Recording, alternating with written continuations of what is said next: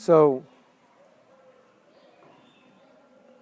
when we're doing devotional service and there's no taste, the reason is we're on a lower stage of bhakti. Because as you go higher, taste increases, right?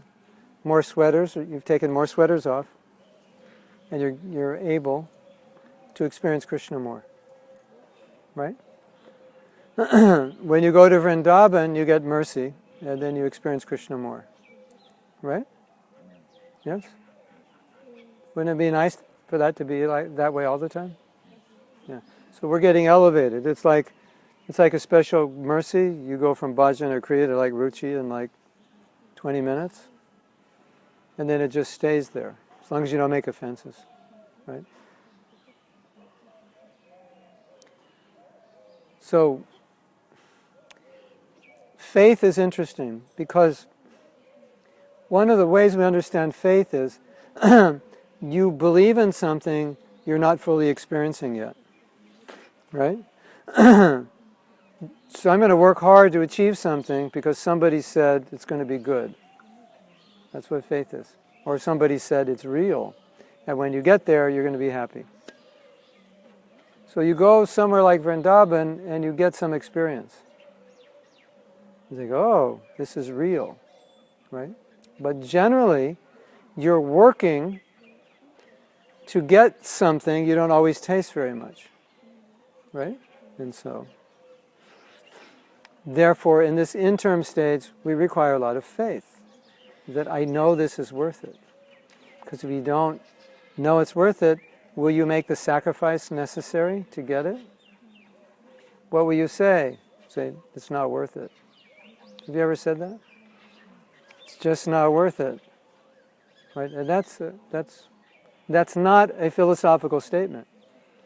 That is an experiential statement. Right? Because philosophically you wouldn't say that, would you? Philosophically it's worth it. Yes? You know, I can be Krishna conscious. I can dance with Krishna.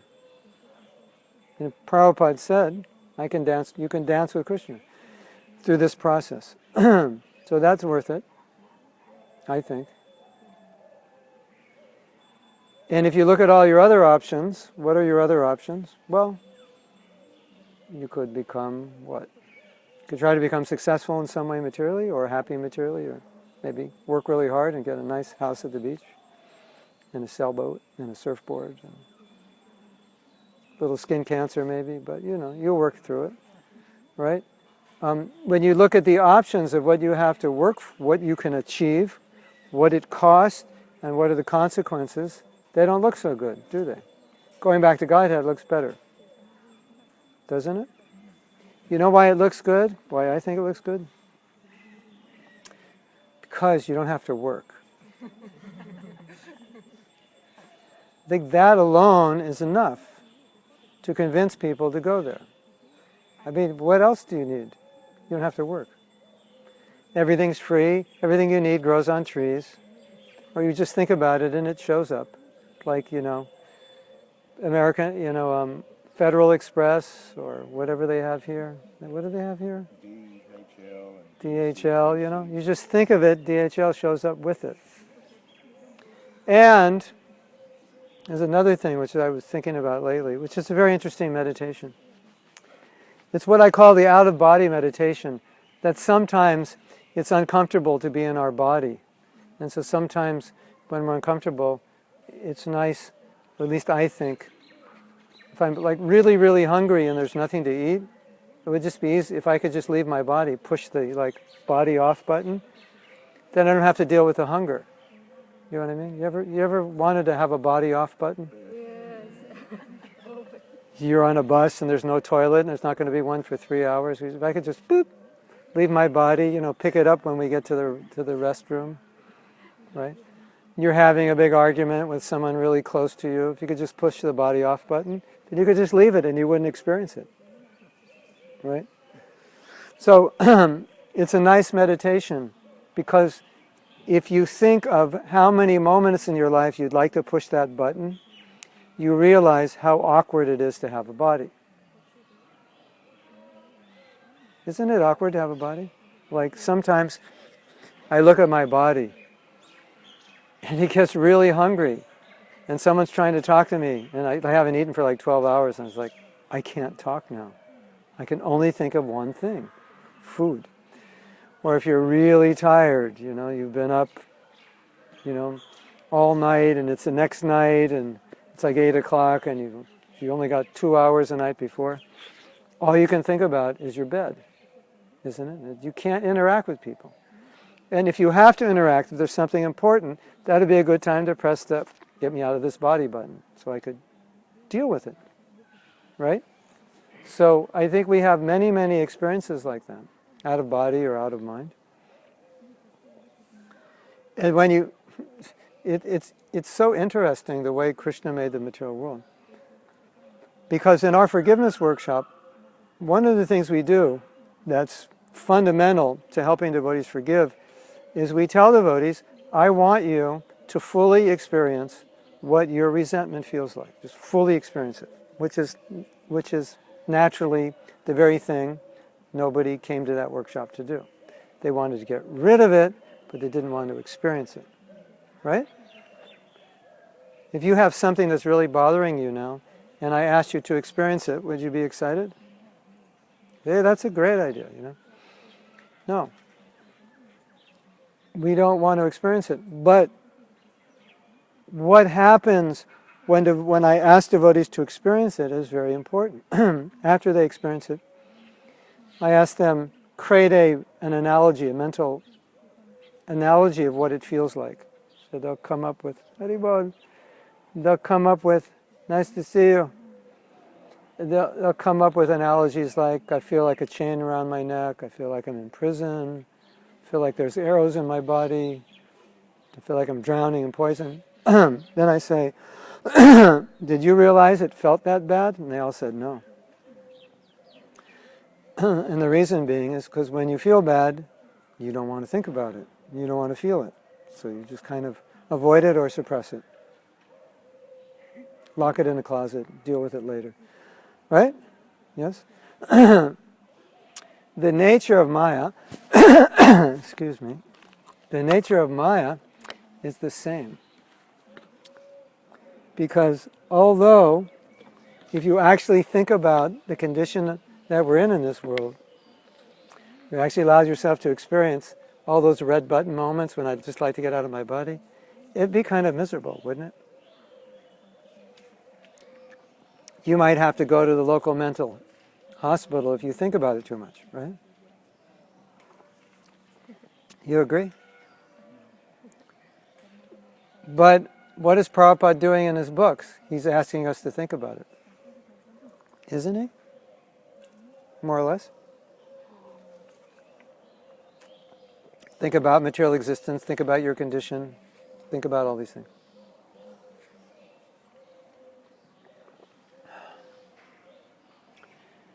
And Krishna consciousness is the same way. There's a certain stage in devotional service where I don't want to think about it.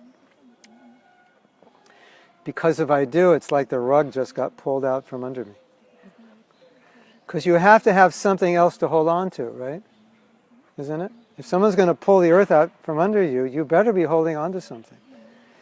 And so if you're not evolved enough in Krishna consciousness, you're not holding on to something better, so you don't want the rug pulled out under you. So you don't really want to think about these things. You want to think about how it's, everything's fine. It's okay. It's nice.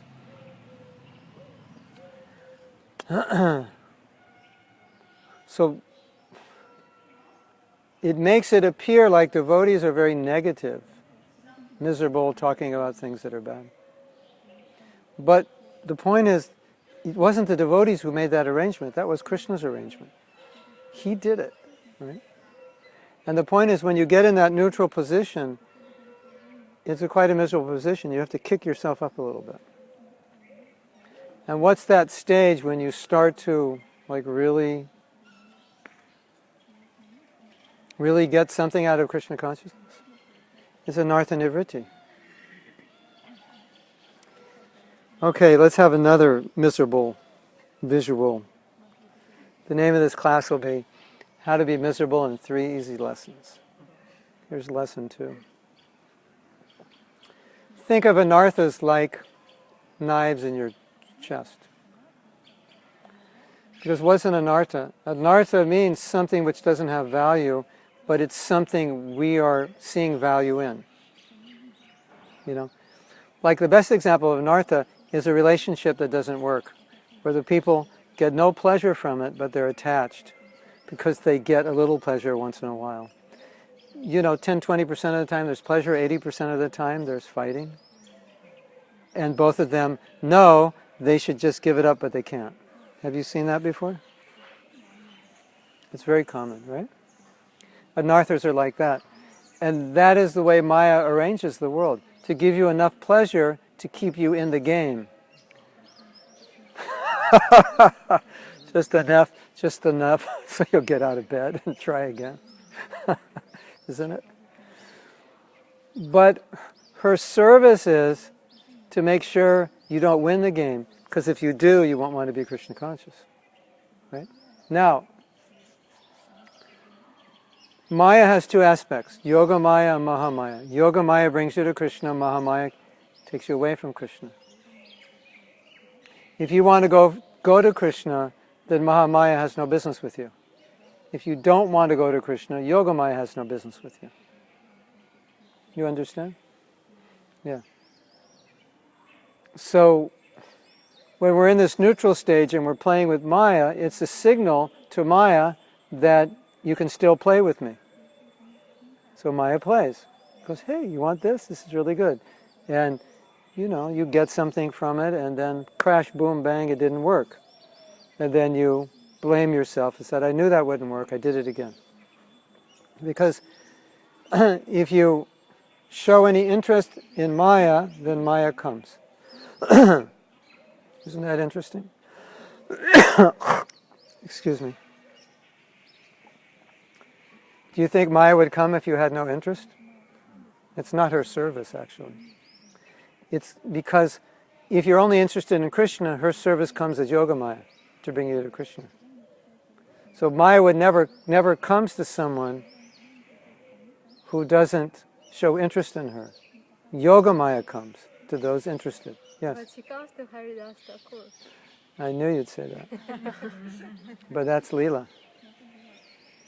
But he wasn't calling her. No, he wasn't. She came to glorify him. So that's different.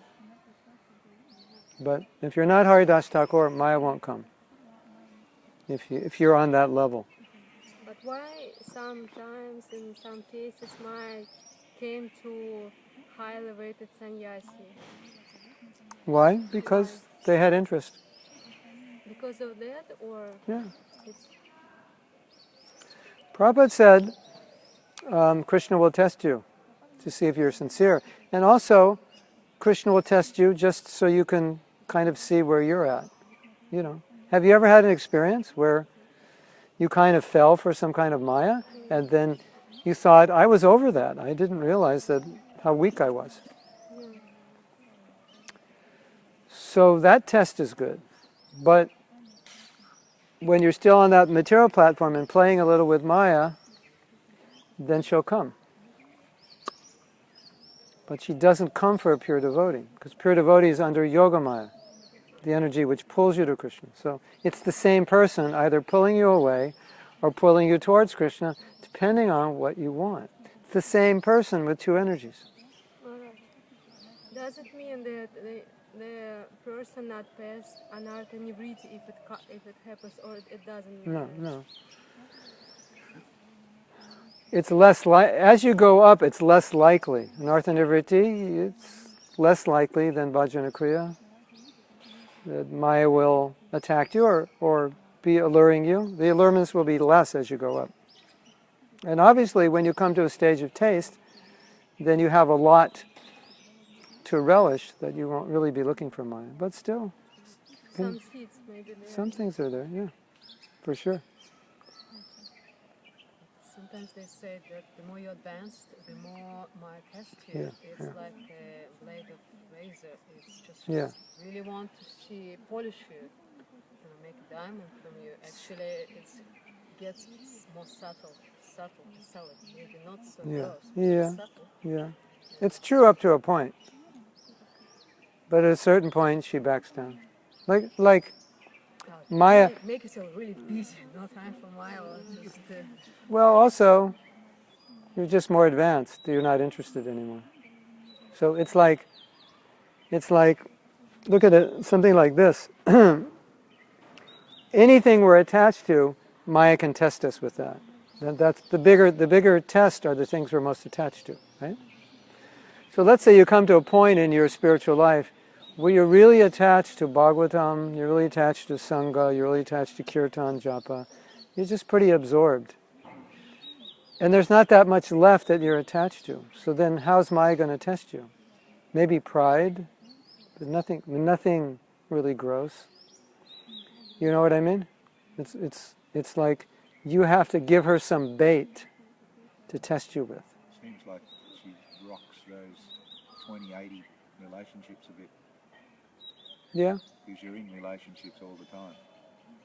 And that's somehow wow that she gets to you. But Prabhupada also said for the preachers, they'll never fall. Lord Chaitanya will always protect them. So my understanding was that you'll get this spiritual energy so that when Maya comes, it just won't allure you. My personal realization is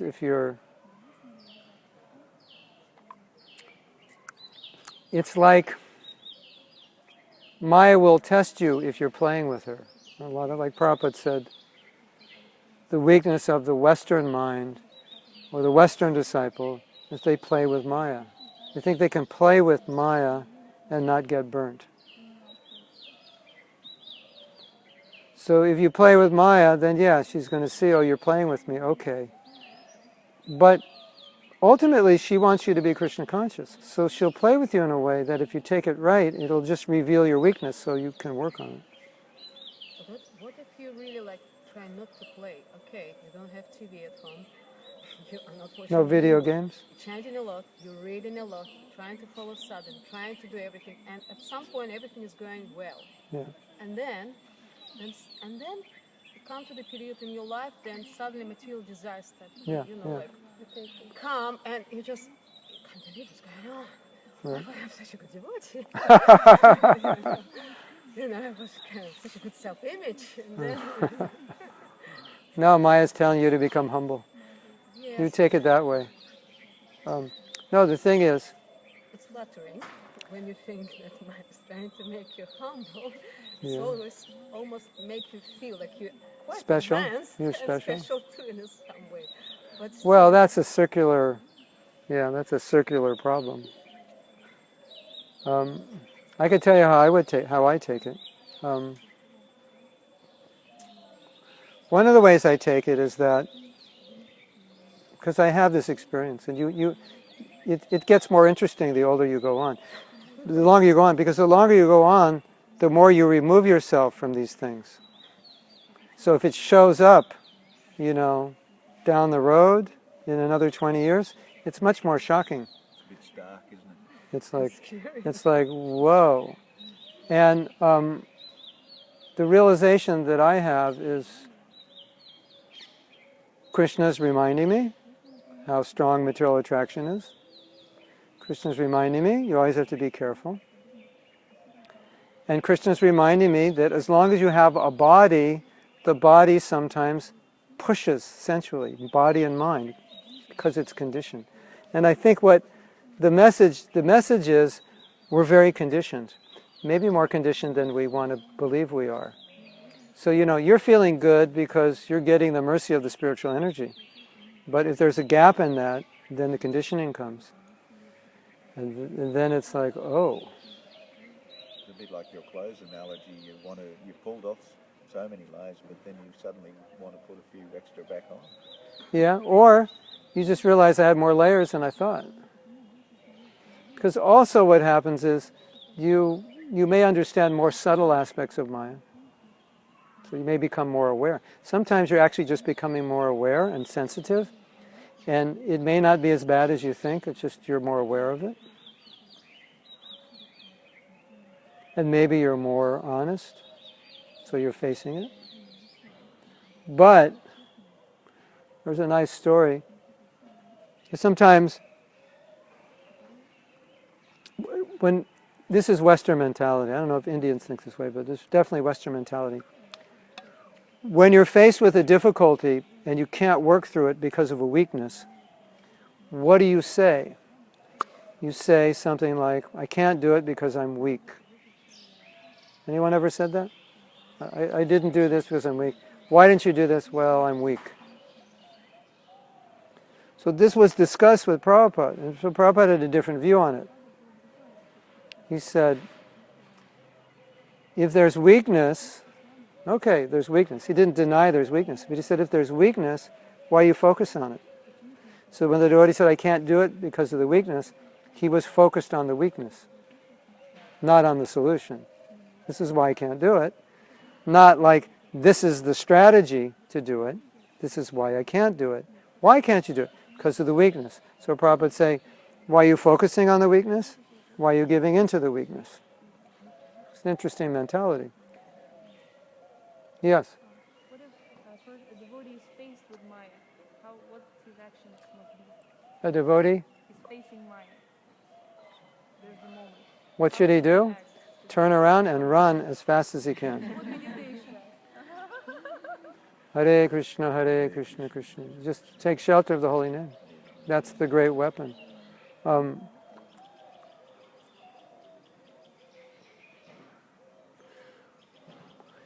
I can help you a lot with your question, and this is really important. And I don't know if a lot of devotees understand this, but if you study our philosophy, it's not really explained that anywhere in the process of going up to Nishta or even Ruchi, that you're not going to be bombarded by conditioned material desire. It doesn't, but in fact it says you will be.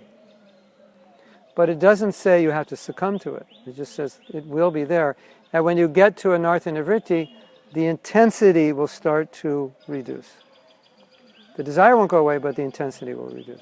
Right? I wanted to add that recently in a lecture of Bhakti Swami, one student asked him a question. When sometimes Maya tests me, and Bhakti Swami laughed, he said, sometimes Maya tests you every minute, every second. You have to make a choice all the time. Yeah, it's true. You think it's sometimes in Maya. Every moment is a choice. But the point I wanted to make is, you see, when those desires hit you, it's very discouraging, isn't it? Because you're trying. It's like you're walking up the stairs and I keep knocking you down. And every time you almost get to the top, it's kind of discouraging, isn't it? Or you finally get to the top of the stairs and I'm hiding and then I push you down. So I was doing, like you say, I was doing so well for so long. We need, number one, to not be discouraged and not feel guilty or feel hard on herself or be hard on herself. But we need to understand the nature of conditioning. And we all understand conditioning because we have a mind and body, so we know what it is, right? We're well aware of it, right? Do you ever go somewhere in a sacred place and you have a very unsacred thought? Raise your hand if that ever happened to you. Not you? No. I think we get 100% buy-in on that one. How does that make you feel? A little bit disgusted. It's like, what the is going on, right? Isn't that the best way to describe the emotion? And it's very discouraging. And in that discouragement, sometimes the thought arises, what's the use?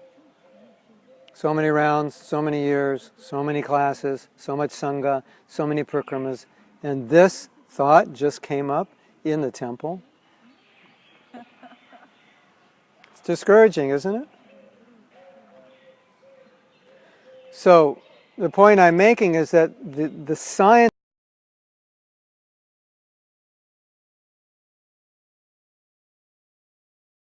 story to tell you. When I was young, like 10 or 11, somehow or other, I don't know why. No, I know why. Somehow or other, I was into sports. So if there was a sport, I would do it. Tennis, bowling, golf, basketball, football, baseball, whatever it was. My body never sat around. It always moved. Surfing, skateboarding. Just like, I didn't sit. So somehow or other, I was really good at golf. I don't know why. I never took a lesson. And I was like, I could beat all the adults.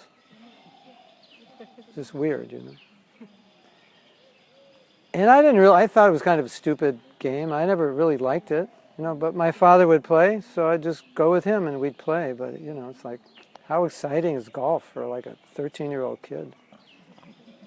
So when I was 13, I started surfing. And, we would play golf on Saturdays. It's either golf or surfing. So I just go surfing, and then I stopped playing golf because surfing is, in the material world, Bhagavatam says the highest pleasure is sex, but it has to be re-edited because the highest pleasure is surfing. No question. And I can prove that to you if you ever want me to. Just ask me how I can prove that. Well, I'll tell you. Because if you ask a surfer, what would you take? A good day of surfing or sex? They'll always say a good day of surfing. So therefore, we have to re-edit the Bhagavatam. I have to take this matter up with Sukadeva Goswami, and after I talk to him, I'll tell you the results. So after playing golf, stopped playing golf, and then I went surfing. Now I lost my train of thought. What was the point I was making? Who remembers? What was the... Letting go of not judging yourself for Okay. taking pleasure in Maya. You never stood still. You were never still at that age. With the pleasure of Maya, and then I completely forgot. Completely. What? Random thoughts in the temple. Krishna comes in. Let me backtrack, and maybe I'll remember my train of thought. This is what happens when you eat too much halava when you're a brahmachari. You were always absorbed in those sports. And you were talking before about absorption, japa and this and Bhagavatam and Sangha and Yeah, that's too far back. Yeah. Anyway, we'll review it and see if we get back to where I was. So, I was talking about detachment from. Oh yeah. Oh, I remember. I was trying to tell a story. So, no, the point was, I never really liked golf. And then when I became a surfer, like a surfer and a golfer, it's just like, no, it doesn't work. So after I started surfing and, then become a hippie and a rock and roll wannabe, golf did, polo shirts and checkered shorts and, big white socks, it didn't make it, So I was basically hanging out on the beach. And one time I think we were, we would chant japa on a golf course, where we had a preaching center, So you go in the morning, nobody's playing golf. And so Prabhupada used to walk on golf courses. And one night I had a dream that I was playing golf. And it was very revealing because I don't even like golf. I never liked it, and I'm dreaming about it. Did that ever happen to you? Yeah. You dream about something you don't even like? So what I learned from that is like all these thoughts are going on, and thoughts will come up of things that we wouldn't even want to do anymore. But just because we did them, they're there, right? Or I once had a dream, I don't know why. Maybe the GBC, when they hear this dream, they'll like kick me out of ISKCON. I think I was going through a point in my life in the 80s. Things were bad in ISKCON, and I think I lost faith in the GBC, and I had a dream that they were forcing me to eat chicken. So it must have been like, just see, they're so bad, they would make me eat chicken. It's just like these weird dreams, KFC. What? That's KFC, not GBC. KFC, yeah. And I'm sure you've all had dreams like you're doing something that you wouldn't want to do. Maybe you did it before, but you wouldn't want to do it. So when you're going through these these periods where you're in a sacred environment and then something comes up, if you understand what's coming up is not what you want to do, it's what you used to want to do, and therefore it's flowing around there, and you can actually ignore it, and you don't have to worry about it, and you don't have to become depressed about it, lose your enthusiasm, just give up. It's just you have to detach from it. Does that make sense? It's just there. Just look at it and go, okay, all right. Because as soon as you, okay, let me say a few more things. Well, the idea is actually to agitate your mind that you make to forget about Krishna. Otherwise, you're just thinking about your problems, how fallen I am, this and that. Yeah, well, well, it's just a trick. Yeah. This Well, way or that way. You were thinking how good I am, so you're thinking about yourself. Then you're thinking exactly. how bad I am. Yeah. The same Yeah. scenario, Well, you're giving, no, positive, that's the point. You're giving those thoughts energy. So, okay, there's a thought, but you give it energy, then it becomes a problem. Oh, why did I think of that? That was such a bad thought. I'm such an idiot, I'm not even a devotee. And then it goes down this track. And then like 3-4 minutes later, you're like in Vrindavan in front of the deities, and you're like, everyone's looking at you like, what's wrong with you? Radharani's so beautiful. Yeah, whatever. Because you're allowing yourself to be affected by it. Now I want to tell you something. Maybe this won't make sense to you, but I think in light of the conversation, we can make it make sense. My experience is sometimes when I've slipped in my devotional service or made a mistake, after that was a time when I became more enthusiastic than ever. Yeah, true. Because I realized if I don't, I'm in trouble. It's like you just slipped. So we have two choices: lament or get up and be enthusiastic. So you might see me in the temple and I'm dancing like super enthusiastically. I can't stop dancing. He said, Prabhu, you're so enthusiastic. I said, yeah, just because I just messed up yesterday, or I had this horrible dream or something, that this is the solution. So I think that's what Prabhupada meant when he said, don't give in to weakness. Because when you do, it just takes you down the wrong path. Oh, I'm so fallen, I'm so this or that. And if you told Prabhupada, I'm so fallen, you know what he would say? What do you think he would say? If you were Prabhupada and someone said, I'm so fallen, what would you say? To not take themselves so importantly. Yeah.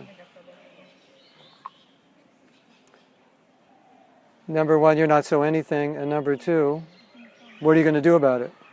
That would be the second thing. You're so fallen, so it's like I'm so fallen. And what are you going to do? Is it and or is it but? I'm so fallen. I know. Well, I'm so fallen and or but, and I'm going to do something. You understand? That's the way Prabhupada wanted us to think. So there's a kind of detachment that's necessary until you get to a higher stage of Krishna consciousness, where you have to look at these thoughts and these desires in a detached way and not identify. Now, one of the most interesting things about the mind is that most people, including devotees, because we don't identify with the body, we identify with the mind. And if you identify with the mind, you can't tell the difference between you and your mind. And therefore, when your mind says, it thinks of a thought, you think that thought is you, right? Whereas if you don't identify, you can think, I'm having a thought, and that thought is not me. But the mind is so subtle, it steals your identity, and then it's merged, and you don't know the difference. And that's why, whenever you have a desire that you feel impelled to do, it's because you've identified with the mind. You can't separate the desire from you. You can't look at it and just observe it and go, that's a very interesting desire. Look at that desire. I've been a devotee for 50 years. I wouldn't imagine I'd have a desire like that. Isn't Maya strong? Isn't she amazing? And then you just walk on. That means you realize you're not the mind. But when the desire's there and you're, Prabhu, where are you going? I have to do this. What do you mean you have to? That's what happens, because I am the desire. I have to have that. That means I am the desire. I am the thought. So, the mantra for today is, don't believe everything you think. And don't believe everything you feel. Because if you think and feel something that's not going to help you be Krishna conscious, what's the point? And you can actually detach from that. Did you know that? The women are saying, no, you can't, it's impossible. No, even the women can. How? I'll tell you how. I gained this experience with my own work in forgiveness. Because I had an issue with somebody, and I thought that resentment was going to last my whole life. That's just what I thought. And then I realized that, well, I don't have to hold on to that. I could respond differently. So then I realized it felt like the emotion that I was experiencing was something I had no control of. It was just like, you ever feel like that? It's like you get angry and it's just like, it's got me. And I have no power, I can't do anything. But we observe thoughts, correct? So we know, we're not our thoughts, we know that, we observe them. As you observe thoughts, you can observe emotions. You know there's a kind of communication, it's really interesting. You might laugh at this. And I don't even know how easy it is or difficult to do because I don't get angry that much, so I haven't tried it out. But here's how it goes. You get angry. You're really angry. And you go up to the person that you're angry with and you tell them very calmly, I'm really angry. You know about that? Yeah. I'm really angry. So what are you doing? You're noticing or you're detaching from an emotion and you say, I am really angry. No, you say, I feel angry. Okay. What's the difference between these two sentences? What's the difference between these two sentences? I feel angry or I am angry? Who can tell me the difference? When you say I am angry, you identify with your mind. Yes, when you say I'm angry, you identify with your mind, or you've identified with your anger, you are the anger. From the platform of the mind, yep. And when you say I feel angry, then? You identify with your emotions. No. It's something that No. passes, it's not who you are. No, you're supposed to say